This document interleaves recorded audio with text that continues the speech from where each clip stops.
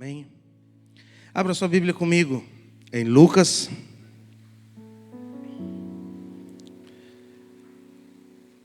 Sobre o que nós temos falado esse mês? Pessoas que encontraram com Deus. Se você não veio na semana passada, nós falamos um pouco sobre isso no sábado. Domingo passado falamos sobre paternidade de Deus, sobre o amor de Deus por nós, sobre a paternidade também nossa de respondermos a nossa paternidade local aqui na terra. Nós falamos sobre a questão da importância da bênção do Pai, da bênção de reconhecermos que há uma bênção que só vai chegar a mim e você através do nosso Pai. Vimos no sábado sobre a mulher do fluxo de sangue que tocou no manto de Jesus e foi curada, simplesmente porque ela saiu de casa com uma atitude diferente no coração.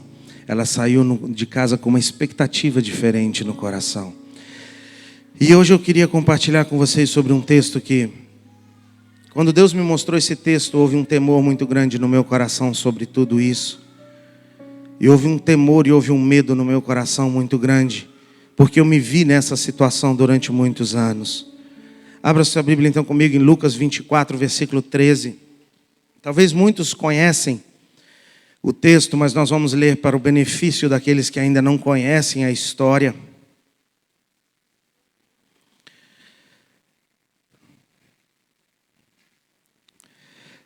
Todo mundo abriu, amém? Lucas 24, 13.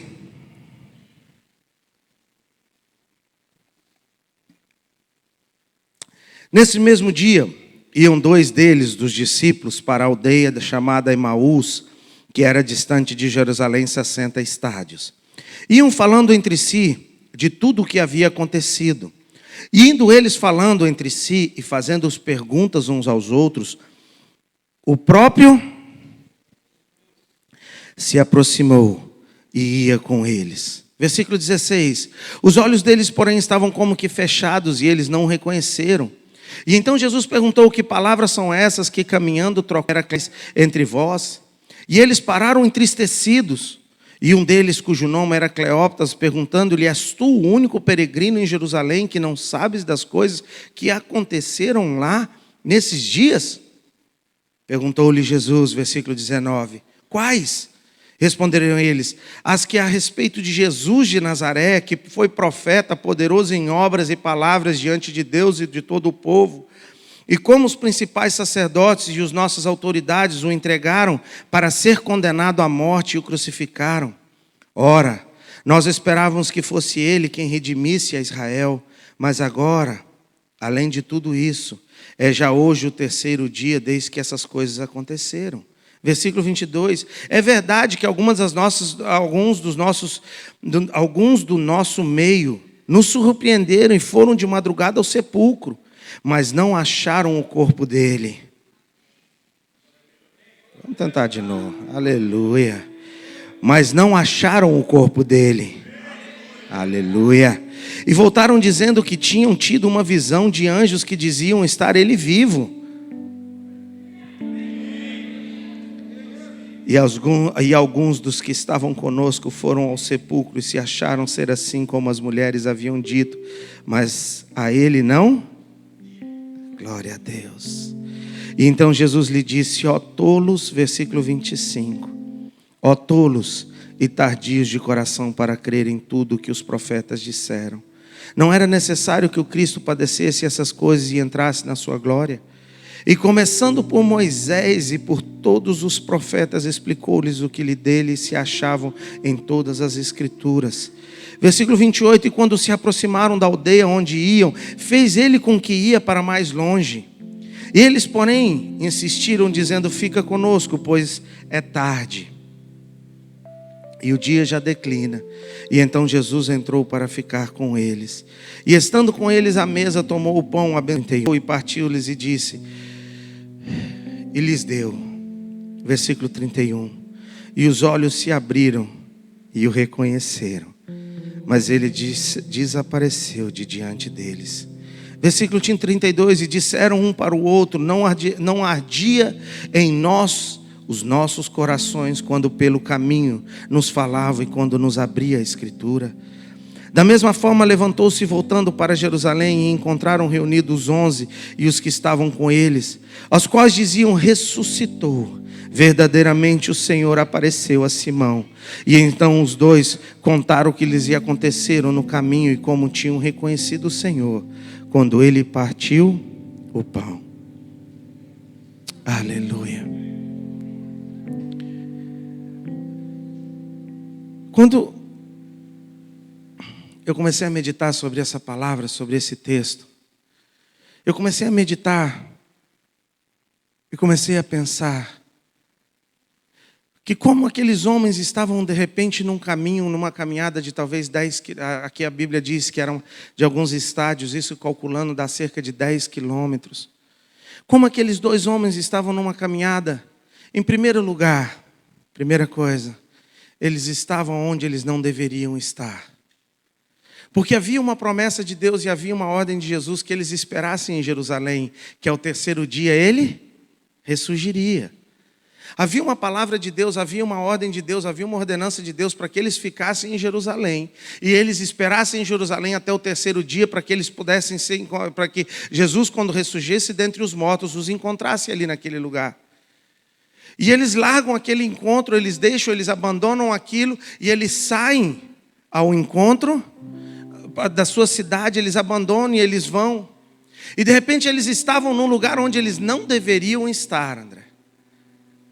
Eles estavam indo para onde eles não deveriam estar. Mas de repente aparece Jesus naquele mesmo lugar. E quantas vezes eu e você estamos indo para onde nós não deveríamos ir? Estamos fazendo o que nós não deveríamos fazer. E estamos onde nós não deveríamos estar. E a voz de Deus nos chama. E Ele aparece, Ele chama e Ele fala conosco. E nós não ouvimos. Estamos como cegos muitas vezes. E de repente, aqueles homens estavam ali falando sobre... Eles estavam conversando sobre quem? E quem apareceu? E eles não reconheceram.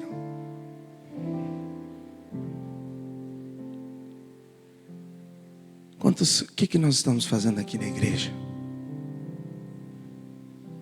O que nós estamos fazendo aqui na igreja? Me responda. O que nós fazemos aqui na igreja, Charles? Adoramos ao Senhor, a Jesus. Falamos, louvamos, cantamos, trazemos as nossas ofertas. E a sua glória está neste lugar, porque onde 2 ou 3 estiverem reunidos em seu nome, ali Ele está. Mas quantas vezes nós saímos daqui sem reconhecer a sua presença? Quantas vezes nós entramos aqui e saímos da mesma forma do que nós entramos? Quantas vezes nós entramos aqui e não reconhecemos a sua presença?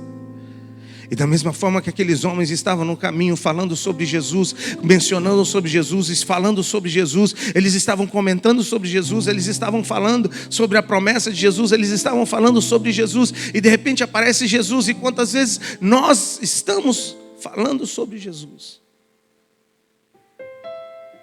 cantando sobre Jesus, mas nós não temos um encontro verdadeiro com Ele.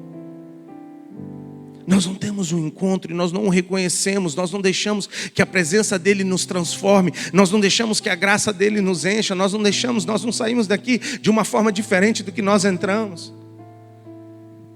E entramos e é mais um culto, é mais um evento social, é mais uma reunião, é mais um ajuntamento. Se eu for é tudo bem, se eu não for tudo bem. E hoje a igreja está nesse nível. Eu disse isso para vocês e eu falei isso para vocês. Se vocês quiserem puxar, pode puxar nas gravações. Eu disse duas coisas vão acontecer durante essa pandemia. Ou a igreja vai experimentar um novo nível com Deus, ou a igreja vai entrar num estado de uma frieza espiritual como nunca se passou na história da igreja. E o que tem acontecido é a frieza espiritual. Porque se torna algo comum, aí faltar culto já se tornou nada natural, não vir à igreja já se tornou natural, e as coisas começam a se tornar naturais.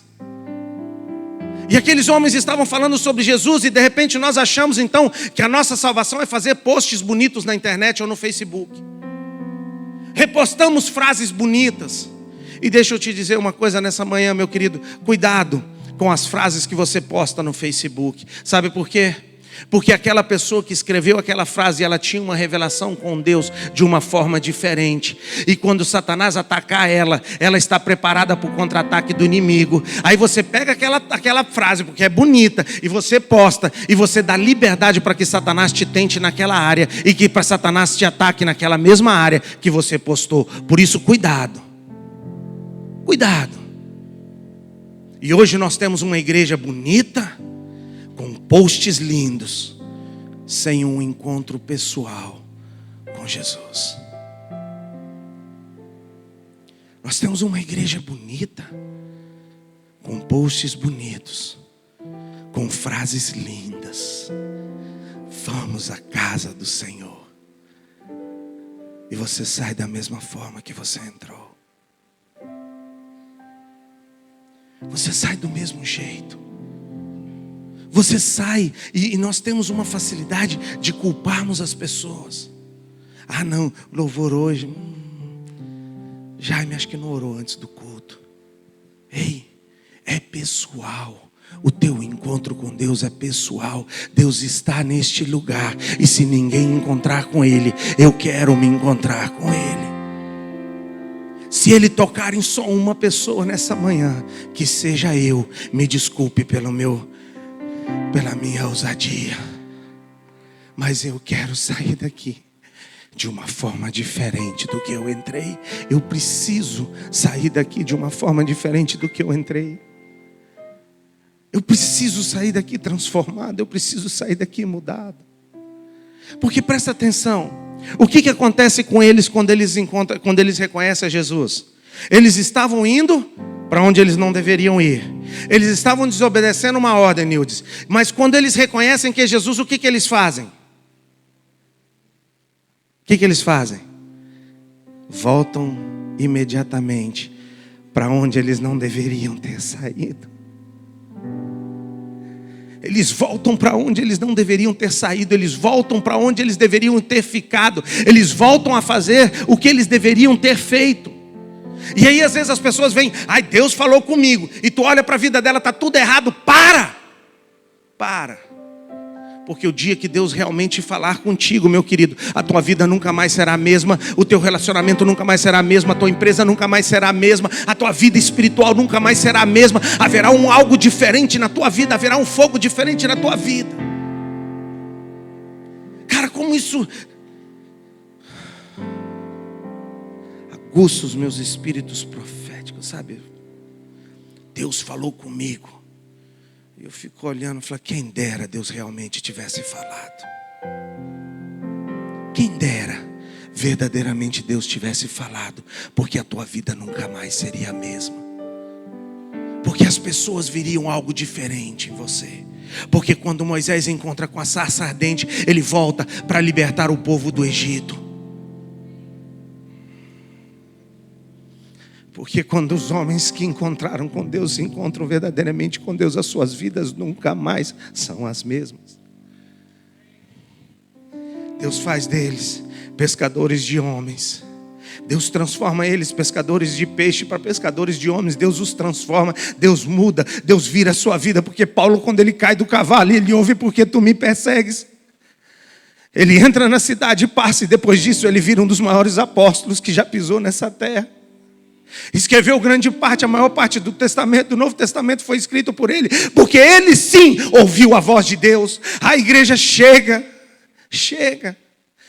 de vivermos enganados, achando que porque nós falamos de Jesus, nós temos um encontro com Ele. Chega de dizer porque nós cantamos uma canção, nós temos um encontro com Ele. Não, um encontro com Deus é uma mudança de vida, é uma transformação que acontece aqui dentro de você. O encontro com Deus é: eu estou indo nessa direção, eu estou indo aqui, mas o momento que eu me encontro com Deus, eu mudo a minha direção e eu começo a caminhar no sentido oposto de onde eu estava indo. Porque eu não perdoava e agora eu perdoo. Porque eu não amava, agora eu amo. Porque eu não agia dessa forma, agora eu faço. Por causa da graça e da misericórdia de Deus que me transforma. Que me transforma. Sabe, para mim antes um culto era mais um culto, mas agora é um lugar onde eu vou recarregar as minhas baterias para mim ter um encontro com Deus, para mim sair daqui carregado para aguentar a semana. É mais do que uma religião, é Cristo em nós, a esperança da glória. É mais do que um evento social, é mais do que sentar num banco e ficar lendo a Bíblia durante o louvor. Não leu em casa, quer ler aqui, dado espiritual. Para. Ei, para. Vamos viver o verdadeiro cristianismo. Vamos viver o verdadeiro cristianismo. É Cristo em nós, a esperança da glória. É Cristo em nós, a esperança da glória. Há algo mais do que uma religião. É algo mais do que vir num culto. É ter um encontro pessoal com Ele neste lugar, porque Ele está neste lugar. Pastor, você quer dizer que Ele não está lá na minha casa? Ele está. Ele está na tua casa. Mas existe uma unção diferente. Quando 2 ou 3 se reúnem, há uma graça diferente, há uma unção diferente, há um poder e uma unção diferente. Porque se não tivesse, fica cada um na sua casa e pronto. Fica na tua casa, por que vamos reunir? Não. Cada um fica na sua casa, lê sua Bíblia, faz sua oração, fica em casa, não. A Bíblia diz, onde 2 ou 3 estiverem reunidos em meu nome, ali ordena o Senhor. Como bom e agradável é quando os irmãos estão unidos. É como o orvalho que cai sobre os montes de Hermon, e ali ordena o Senhor a sua bênção. Ali ordena o Senhor a sua bênção. Então eu entendo a pandemia, mas pode sentar lá no último lugar com a tua máscara. Ninguém vai te cumprimentar, mas não deixa de vir. Não deixa de vir. E de repente então eles viram e falam, e eles olham para Jesus, e eu fico imaginando, André, quando você está andando, caminhando com uma pessoa, e ela fala uma besteira, você para, você olha para ela, para falar, lógico. Se estamos nós dois caminhando aqui, discutindo um assunto, aí tu fala algo, na hora que você para dar uma ênfase, você não vai olhar para ela? Então de repente eles estão caminhando, e aquele discípulo, ele para e olha para Jesus, ei, você é o único que não está sabendo o que está acontecendo. E mesmo assim, ele não reconheceu que era Jesus. Você sabe o perigo? Deixa eu te dizer uma coisa. Você tem noção do perigo de estar trabalhando para Jesus, falando com Ele e não ter um encontro com Ele? Vocês sabiam que vocês podem estar aqui na frente tocando para Jesus e não ter um encontro com Ele? Vocês sabiam que vocês podem estar aqui? Eu estou falando isso para os levitas, para os obreiros, para as pessoas. Sabia que estar na chácara não significa ter um encontro com Jesus? Você sabia que ser um pastor não significa ter um encontro com Jesus? Você pode falar de Jesus, você pode cantar de Jesus e ainda não ter os seus olhos espirituais abertos para ter um encontro verdadeiro com Jesus. E se nós temos que falar a verdade, repreenda o sábio e ele se tornará mais sábio. O que eu estou tentando te mostrar nessa manhã, não estou te atacando nem te criticando, o que eu estou tentando te mostrar é há algo mais do que uma religião. A religião, presta bem atenção no que eu vou te dizer nessa manhã, a religião é pior do que o pecado. Você sabia disso, Otto? Por quê? Porque quando você está no pecado, você sabe que você está errado, mano. Eu estou errado mesmo, eu sei que eu preciso da redenção, eu preciso do perdão, eu preciso da graça de Deus sobre a minha vida, eu preciso me arrepender. Aí o cara sabe que ele está pecado, ele sabe que ele está errado. Mas a religião, e escreve isso que eu estou te dizendo, a religião, ela te dá uma falsa sensação de salvação.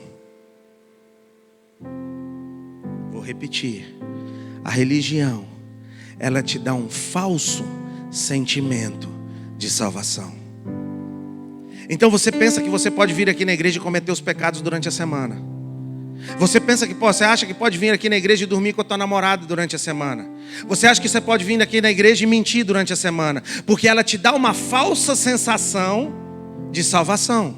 Porque enquanto eu estiver na igreja, indo lá, assistindo os cultos, dando o meu dízimo, está garantido. Porque eu posto sobre Jesus no meu Facebook, eu estou salvo. Não é isso. É mais do que uma religião. É Cristo em nós, a esperança da glória. É mais do que falar sobre Jesus. É viver e ter uma revelação pessoal. É ter os teus olhos espirituais abertos para um encontro verdadeiro com Deus.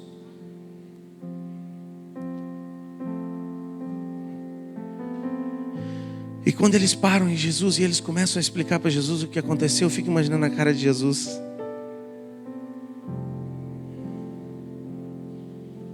E aí ele vira no versículo 25 e diz: então disse-lhe Jesus, ó o quê? E tardios. Vamos botar na linguagem de hoje? Ô cabeça dura. Vamos botar na linguagem de hoje? Jesus olha para ele, dá um tapa, pedala Robinho. Ô cabeça dura. E ele começa de Gênesis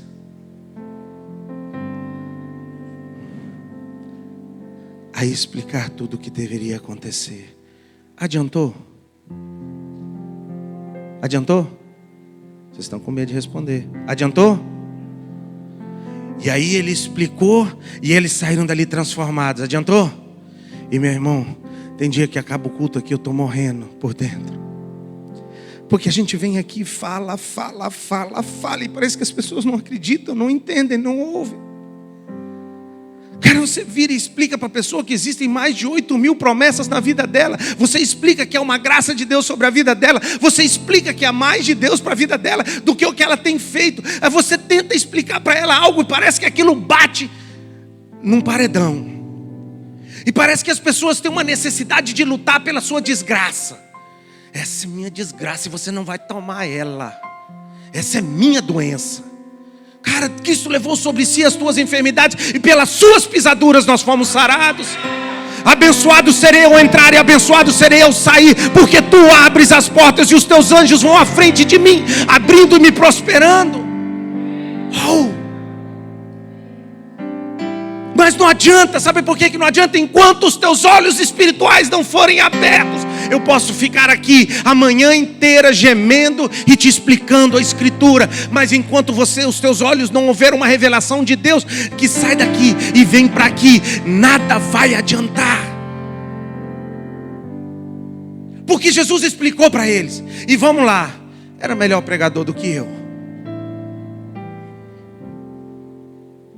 Era melhor louvor, ele era melhor do que nós. E se ele não conseguiu, tu acha que tu vai conseguir, né? Tu acha que tu é o bambambam, Salim, que vai conseguir? Tu acha que tu é o cara que, não, eu vou pregar, a igreja vai mudar. Fala sério. Porque nós amamos e nós gostaríamos que ela mudasse.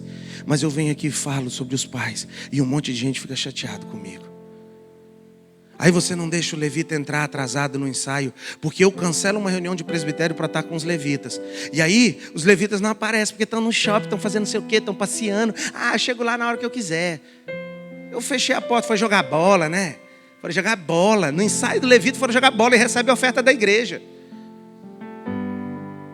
Espera esse mês para ver o que vai receber. Estou te falando. E aí você faz, sabe, aí você fecha a porta, não, ninguém entra atrasado. O pessoal fica de bicudo com você, não vou falar com você. Estou te ensinando responsabilidade. Porque sabe isso aqui que adianta? Às vezes não adianta. Eu estou chegando num nível. Não sei se é maturidade, ou se é velhice, ou se é erro meu mesmo. Mas eu tenho algumas pessoas que eu já cheguei a uma conclusão. Às vezes não adianta discutir.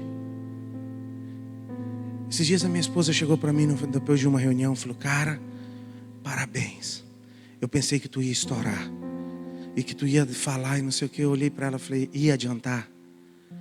Ele olhou para mim: não. Eu falei: então para que eu vou? Deixa eu ficar calado. Porque as pessoas precisam ter uma revelação e um encontro verdadeiro com Deus. As pessoas precisam ter um encontro verdadeiro com Deus. Os seus olhos espirituais precisam ser abertos, porque nem Jesus pregando para eles adiantou.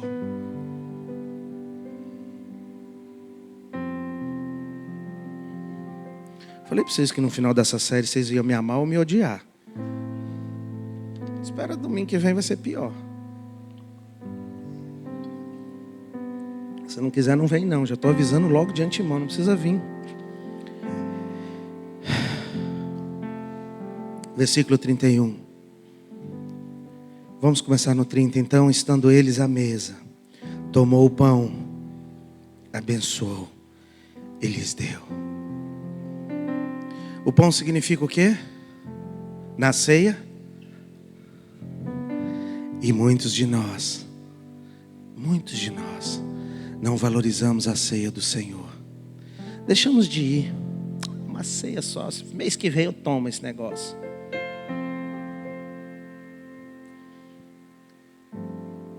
E no momento que eles tomaram o pão, e eu fico pensando, sabe, Nilo,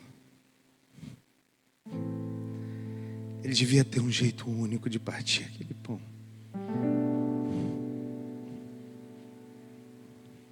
Ele devia ter um jeito único de tocar naquele pão e partir o pão.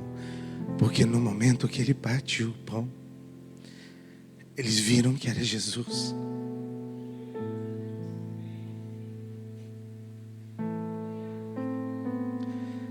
E o meu desespero está no final do versículo.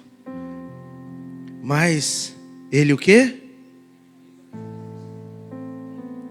Mas ele o quê?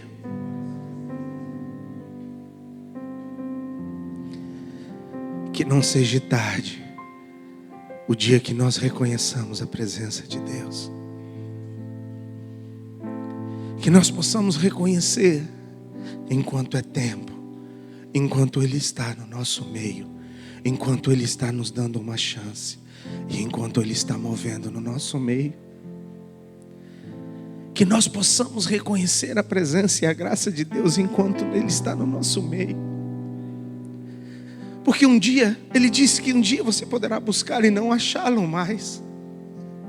Um dia pode ser que você vai buscá-lo e não vai encontrá-lo mais, porque acabou, a tua oportunidade passou. E quantos a gente conheceu que disse: não, um dia eu volto para o Senhor, um dia eu volto para os caminhos do Senhor, e hoje não estão mais. E quantos a gente conheceu que disse: não, um dia eu acerto, um dia eu venço esse pecado, um dia eu abandono isso, um dia eu faço, e hoje já não tem mais a oportunidade que eu e você temos. Ah, meu querido, busca o Senhor enquanto se pode achar. Busca Ele enquanto você tem chance. Busca Ele enquanto a presença de Deus está ali. Enquanto Ele está ali, busca. Paga o preço que for preciso, mas tenha um encontro pessoal com Ele enquanto Ele está ali, antes dEle desaparecer, antes dEle sumir. Antes dEle sumir, antes dEle desaparecer. Busca a presença dEle antes que seja tarde demais.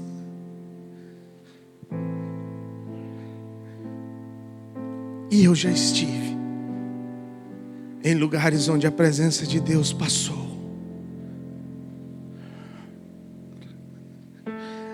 Eu já estive com homens de Deus que tiveram a presença de Deus e a presença de Deus passou.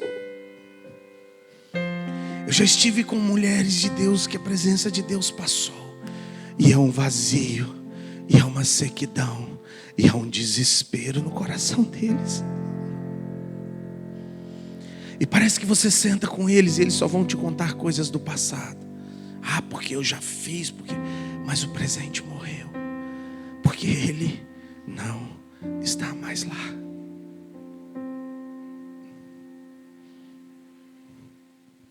Ah, mas eu já fiz. Ah, eu já participei, eu já preguei, eu já cantei, eu já fiz. E hoje? momento que os olhos deles foram abertos, ele desapareceu. Versículo 32. E disseram um para o outro o quê? Disseram um para o outro o quê? Não nos ardia o coração enquanto ele nos falava. Então Jesus estava errado de chamar eles de cabeça dura? Estava errado? Não estava. E deixa eu te perguntar uma coisa. Quantas vezes você foi ligar a televisão e o Espírito Santo ardeu no teu coração para você ter um tempo a sós com Ele e você não ouviu? Quantas vezes antes de fazer algo errado, o Espírito Santo falou no teu coração e você não ouviu? Quantas vezes arde algo no nosso coração e nós deixamos de lado e nós não damos ouvido? Porque deixa eu te dizer uma coisa, Deus fala e Deus ainda move no meio do seu povo. Quantas vezes você aqui sentado no teu banco e eu pregando daqui, algo ardia no teu coração, mas você sai daqui para uma mesma vida, do mesmo jeito durante a semana, esperando que os resultados sejam diferentes. É o maior sinal de loucura do ser humano. É o maior sinal de loucura do ser humano. É fazer as coisas do mesmo jeito e esperar.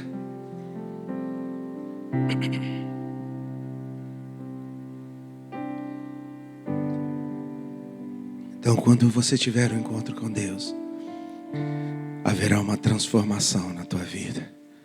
Haverá uma transformação no teu ministério, haverá uma transformação no teu casamento, haverá uma transformação na tua empresa, haverá uma transformação na tua vida profissional.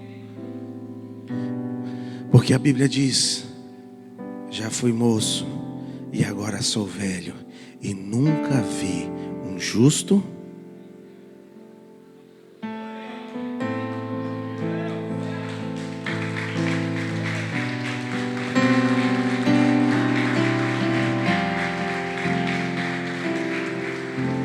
abençoado serei ao entrar e abençoado serei ao sair. E aonde eu colocar as minhas mãos, prosperará, porque será Deus colocando através de mim, será Deus fazendo através de mim, será Deus ministrando através de mim. E todas as vezes que eu pegar um instrumento, haverá uma graça e uma unção diferente de Deus. Todas as vezes que eu pegar um microfone, haverá uma graça e uma unção diferente de Deus.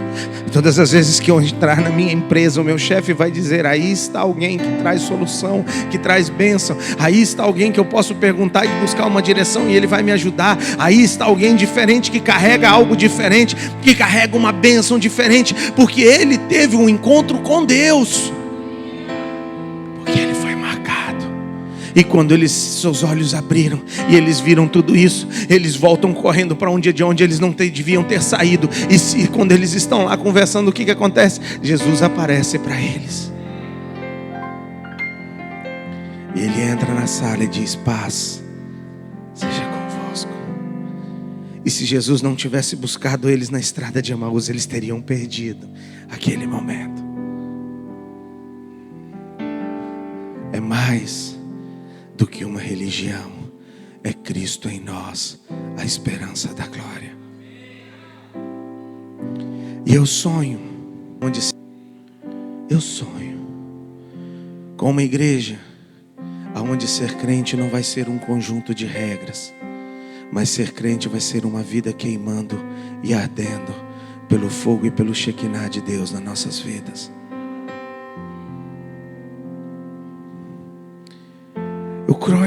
Eu choro e eu peço para Deus uma igreja que queime pela sua presença. Uma igreja que deixa de fazer as coisas erradas, não porque é proibido, André. Sabe por que ela deixa? Porque eu sou apaixonado por Ele e Ele não merece que eu faça isso com Ele. porque Ele morreu na cruz por mim. Ele não merece que eu pise no nome dEle desse jeito. Uma igreja que não vai na igreja por uma obrigação, mas porque sabe que aqui o Senhor ordena a tua bênção. Uma igreja apaixonada por Deus. Nós já fomos isso um dia, mas nós podemos voltar lá. É por isso que eu estou aqui, porque eu creio que nós podemos voltar. Uma igreja apaixonada por Jesus. Vamos ficar de pé.